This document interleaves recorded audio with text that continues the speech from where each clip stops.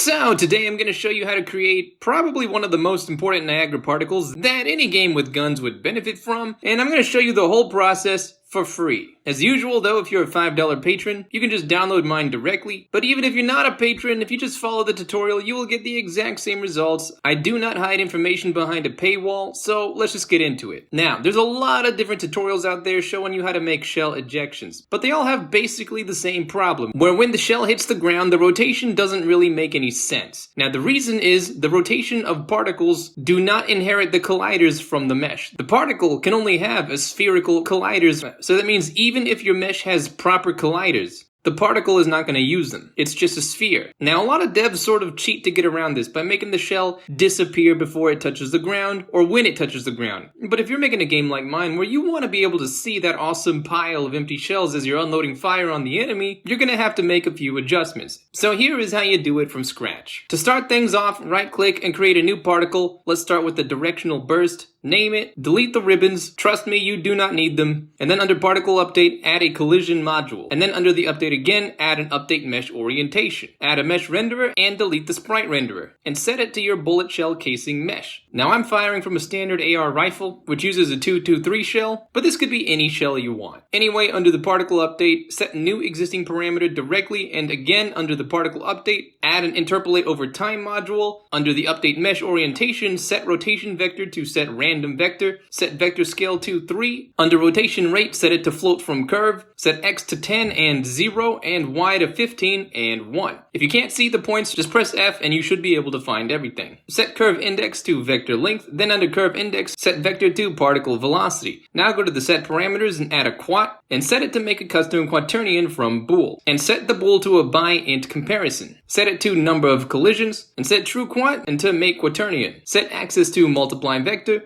B is going to be 1, 1, 0, and A is going to be a new scratch dynamic. Now under map get, add 2 new vectors and rename them to X, Y, and Z. And then from X, drag out 3 dots.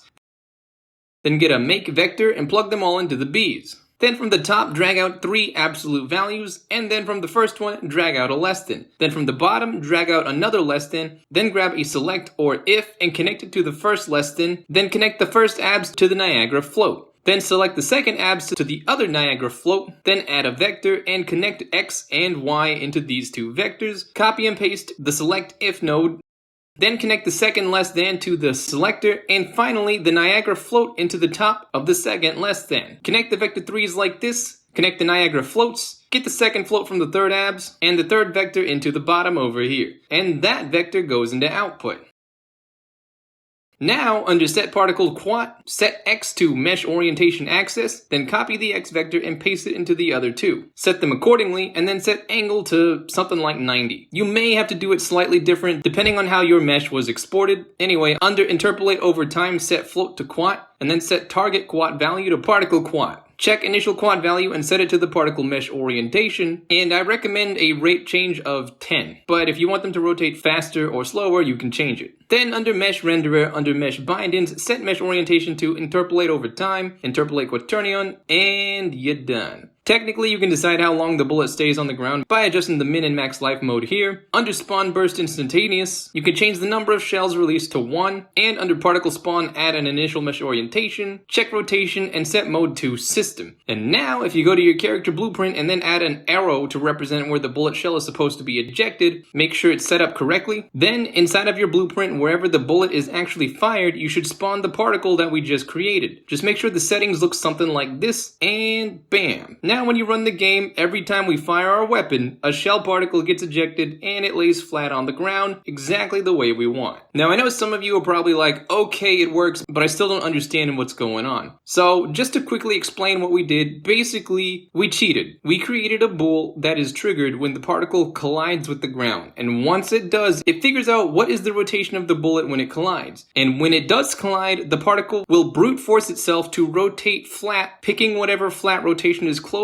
to its current one. Like I said, it's not perfect, it's basically a magic trick, but it gives you a heck of a lot better results than when you don't have it. Now, if your particle is not behaving properly, then there are a few things that you can check for. First, a lot of it is dependent on having a proper 3D shell mesh. You want to make sure that the mesh sizes are exactly the right size. So if you're shooting 9mm bullets, then those bullets are supposed to be exactly 29.69 millimeters. So when you are making it in Blender, you want to make sure that it's exactly 29.69 millimeters in 3D space. This will make sure that it is the right size when you use them in your game. Next, you want to make sure that they are facing vertically up. This simplifies the offsets and calculations you'll have to make when you initialize the bullet. And third, try to make sure the bullet's pivot point is its center of mass in the middle. This will make the bounce and rotation look a lot more natural. And finally, once you've done all that, Control A and apply all transformations, and now you have a bullet that is ready to be exported into a particle. Now, if you don't want to make your own bullets, I have created a pack of bullets specifically to become shell ejection particles. I've got 9mm, 22 long,